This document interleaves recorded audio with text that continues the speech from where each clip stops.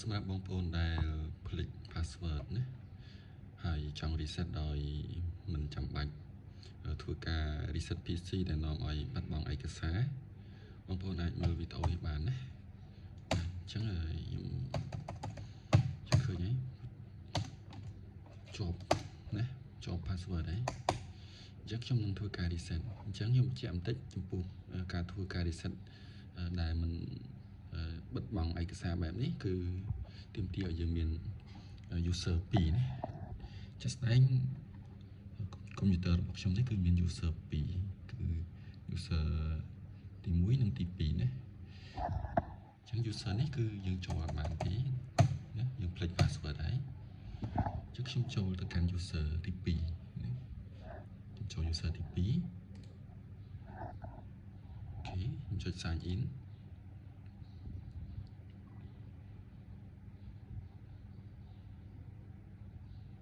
អញ្ចឹងយើងចូលមកកាន់ user ទី2ដើម្បីធ្វើការ reset user ទី1បញ្ជាក់ណា user ដែលអាចធ្វើការ reset បានលុះត្រាតែ user នោះគឺមាន administrator privilege ណាបាទមិនថា user ដែលបង្កើតដោយផ្ដល់សិទ្ធិជា admin ណាបាទអញ្ចឹងយើងចូលមកកាន់ CMD ណាយើងចូលមក menu យើងវាយ CMD អញ្ចឹងនៅក្នុង CMD យើង run admin មក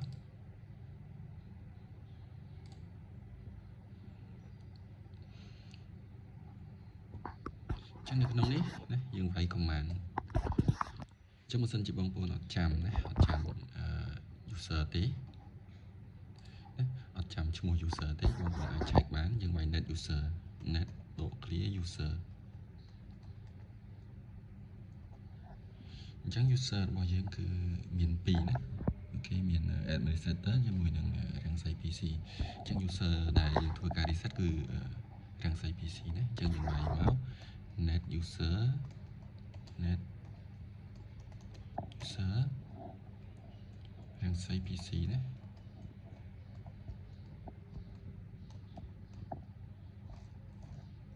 PC ដក clear បន្តមកបងប្អូនវាយលេខកូដថ្មីអ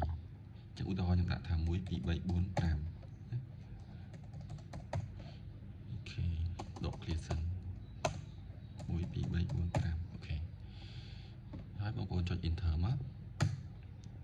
អូខេអញ្ចឹង password reset រួចរាល់ហើយអញ្ចឹងយើងសាកល្បងចូលទៅវាយ password ដែលយើង reset ថ្មីយើងសាញ់អាវមកអញ្ចឹងអានេះខ្ញុំបិទចោលខ្ញុំសាញ់អាវ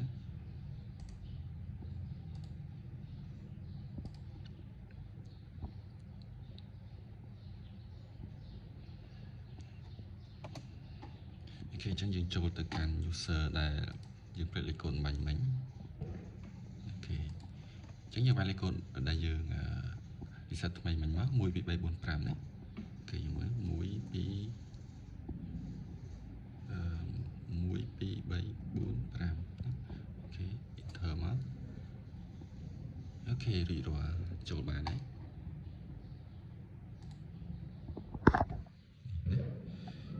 អរគុណ